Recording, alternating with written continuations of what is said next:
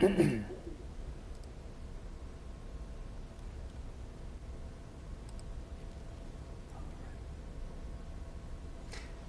morning, everybody, and happy Monday. Joined by Tammy Elliott here. I'm Emerson, Lehmann, and we joining in on our wonderful digital news desk updates. We love doing these for you every Monday. Kind of a fun way to kickstart the week after a weekend, right? Did you have a good weekend? Had a great weekend. How about you? Well, not too bad. We dodged some raindrops on Saturday. There was that rain, but it was nice to have some sunshine as well on Absolutely. Sunday. Enjoyed that. And we want to touch base now. If people are watching Action 2 News this morning, we have a First Alert Weather Day, which means we have a special guest on today's D&D update. There he is, Mr. Steve Beylon. And Steve, 2 weeks ago, we started off a Monday and a Tuesday with a First Alert Weather Day. That was before we had some of those pretty big storms. We had some tornadoes touch down, and we've got the threat for more severe weather again today. I can tell you guys have good memory, right? It was back-to-back First Alert Weather Days. That was a couple weeks ago. I will say that looking at the situation for the next 2 days, while it's serious enough to issue First Alert Weather Days, I don't see it being as impactful as that Tuesday 2 weeks ago that brought some tornadoes to the state and brought widespread severe weather across the area. So I am optimistic that things will be looking a little bit better in comparison to 2 weeks ago. But I do want to touch on what's going on in regards to our severe weather situation. And you guys feel free to jump in at any time, ask questions, because you probably can see some of the questions that maybe people are asking on Facebook or other media, and perhaps you have your own questions on what's going on. So we've got a live view from our Green Bay sky cam. I would call it partly sunny at this point. It's a quiet start to our Monday in the Fox Valley. We're at 67 degrees. Dew point is 51.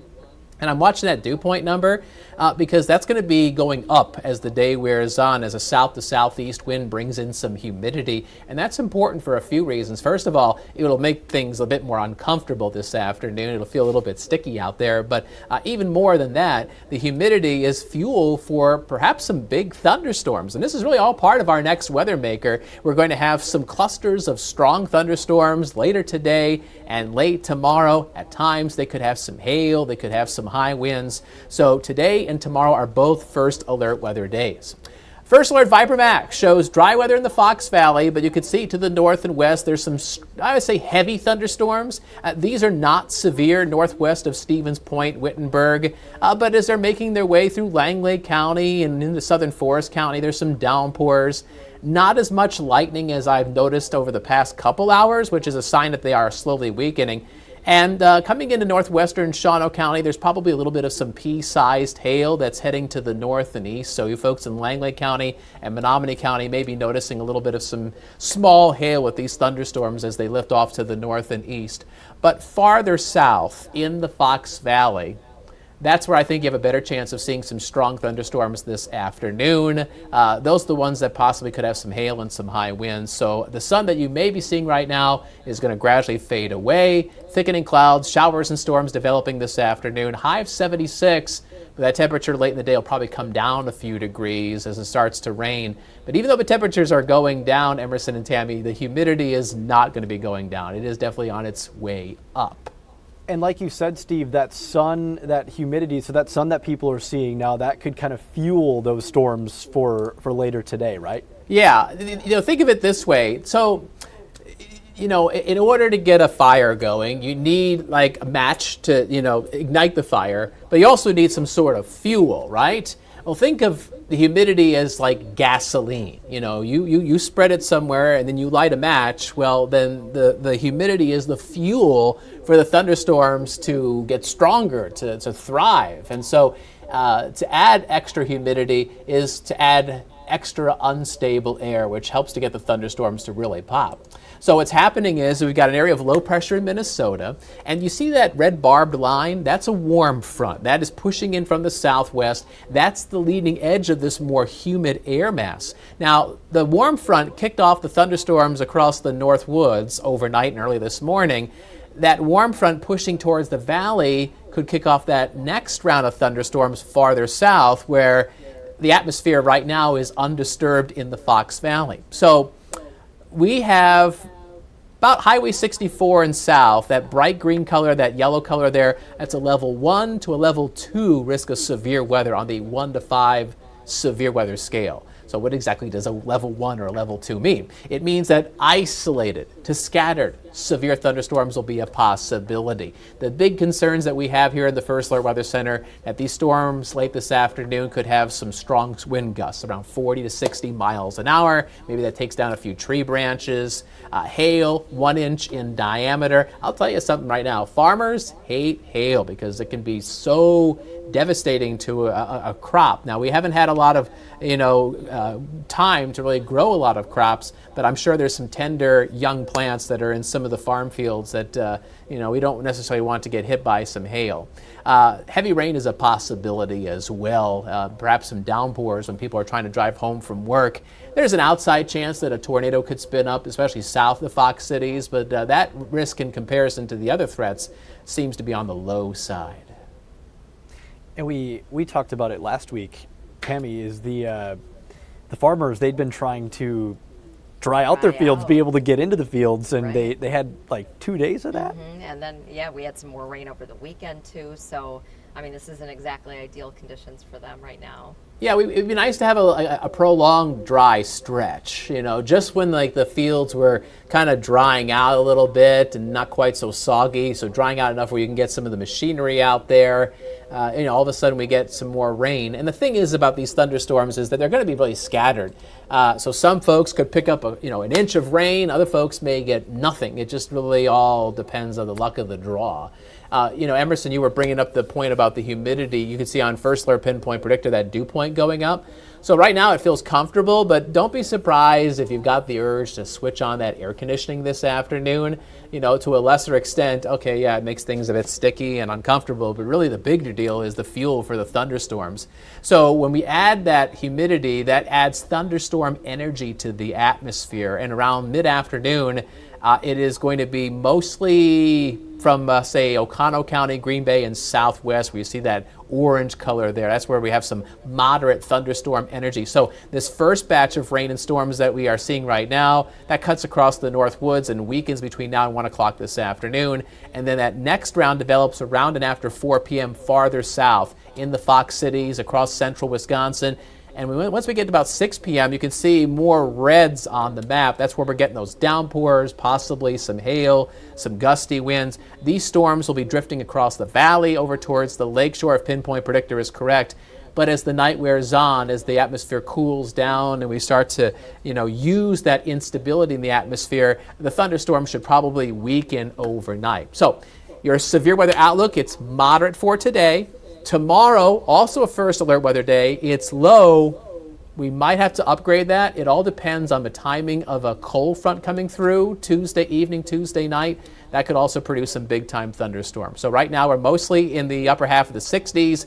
That Kewaunee temperature, by the way, 55, that is recorded right there at the harbor, like right at the water. So if you're right around the Lake Michigan shoreline, ready to dip your toes in the water, it's not nearly as warm as folks who are farther inland. So 76 today, 83 tomorrow. Humid, warm, occasional thunderstorms. Then that cold front comes through Tuesday night, and behind it, some breezy and less humid weather and drier weather. There might be a couple showers Wednesday morning and maybe a pop-up shower Thursday afternoon, but in general, it will not be as soggy. And so we were talking about the farmers, Tammy and Emerson. Hopefully we get some drier days late in the week, and next weekend it looks like it's going to be dry. But when it's 6 and 7 days out, it is subject to change, but that's kind of the trend. Unsettled in the first half, breezy and a little bit drier in the second half.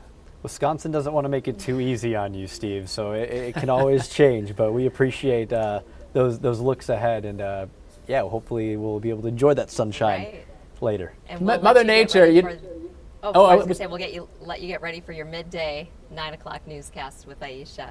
Well, I'm happy to jump in with you guys. And Mother Nature, rarely, decides to, print out a script that is perfect for everybody. We all just kind of have to roll with the punches, and especially the next couple of days. But I thank you guys for letting me invade your live stream time this morning. You join us anytime you want, Steve. It's great to be doing this every once in a while. All right, Steve, have a good one. We'll see you on Action 2 News midday at 9. We're going to take a look here at Oshkosh. this morning. Oshkosh, one of those communities that Steve said could be under the potential for some severe weather later this afternoon and evening. So beautiful look there over the Skycam right now in Oshkosh, though, as we continue on this morning. And of course, on Mondays, we also talk about your Consumer First Alert reports, Tammy, which you do a wonderful job every week, making sure that you folks at home are staying safe when it comes to financial security and trying to avoid those scams that are out there. And this was an interesting one because this report, it talks about some of the businesses that the scammers usually like to use, right? They're impersonating them flat out. They are using these well-known names, and we talk about this a lot. And so the Federal Trade Commission looked at last year's data, so 2023, and they came up with the top what is reported the most. This is from people reporting that they either lost money or reporting a scam. And the number one, and I guess I would have probably guessed Amazon. Okay, so Amazon's number 2. The number one most impersonated business is Best Buy. Best Buy and Geek Squad. So those two combined, Geek Squad's the Best Buy tech support company or side of that company. And then, so Best Buy, Geek Squad, number 1. Amazon, number 2, most impersonated. Number 3 is PayPal.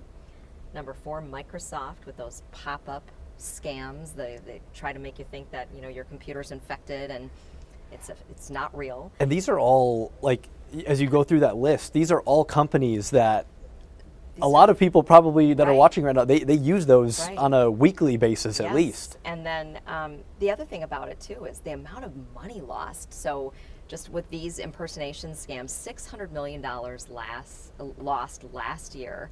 And just with the Best Buy and Geek Squad related scams last year, $15 million. And so I was talking about my story last week in the newsroom, and I was, we talk a lot. We're out, just chatting. Yep. And one of our producers said, I just got one of these Best Buy Geek Squad emails. And so I shared that in my story. This is the kind of thing to look out for. So if you're getting a text message or an email, and it looks like it's from one of these companies, you really want to check it out. In general, you just want to check it out. This one said that his subscription was going to be renewed for $599 to Geek Squad, and he said, well, right away I knew that wasn't real because I don't have a subscription to this. And I just quickly looked at the email, the format. There's like, you have to respond now, and if you don't want this to renew, call us. Well, that number that's listed on the email, we talk about this a lot. Always it's not verify that number, right? You're going to get connected to a scammer. I mean, and this is pretty unbelievable when you think about it. These are major companies, and scammers are using their names. So the companies are trying to alert people, right? They're putting notifications on their websites. If you're getting an email, how to check to make sure, it's fake or real. So they have a lot of helpful information. But the bottom line on this is you should be reporting this. If you lose money to this, you are definitely not alone. Don't be embarrassed by it. Report this to the Federal Trade Commission. They want to hear about it. You can report it to the Department of Ag, Trade, and Consumer Protection here in Wisconsin. And just in general, if you have a question, a lot of times it's very simple. You're wondering, is this real?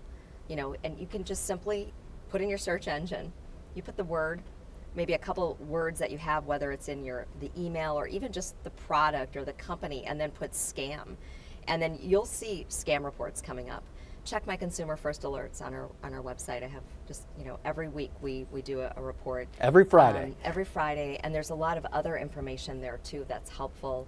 But the biggest thing too is not to click through on anything, even a text message. And that's really another thing that came out of this report is that I know we might all think we're getting a lot of the scam phone calls, but there are more reports now of the text messages and emails. The text messages especially because scammers are sending those and hoping that you're going to think it's real, and the click, right? You're just gonna, oh, what is this? You check it out. You don't want to do that. So it really, the message here is pause, take a moment, research it. Don't click on links, and don't call the phone numbers that are listed. And like you said, not being embarrassed, speaking up, that can help other people not fall victim to it as well. So yeah, really, really important work there that's being done. We always appreciate those reports. So just keep an eye out, double check, verify things.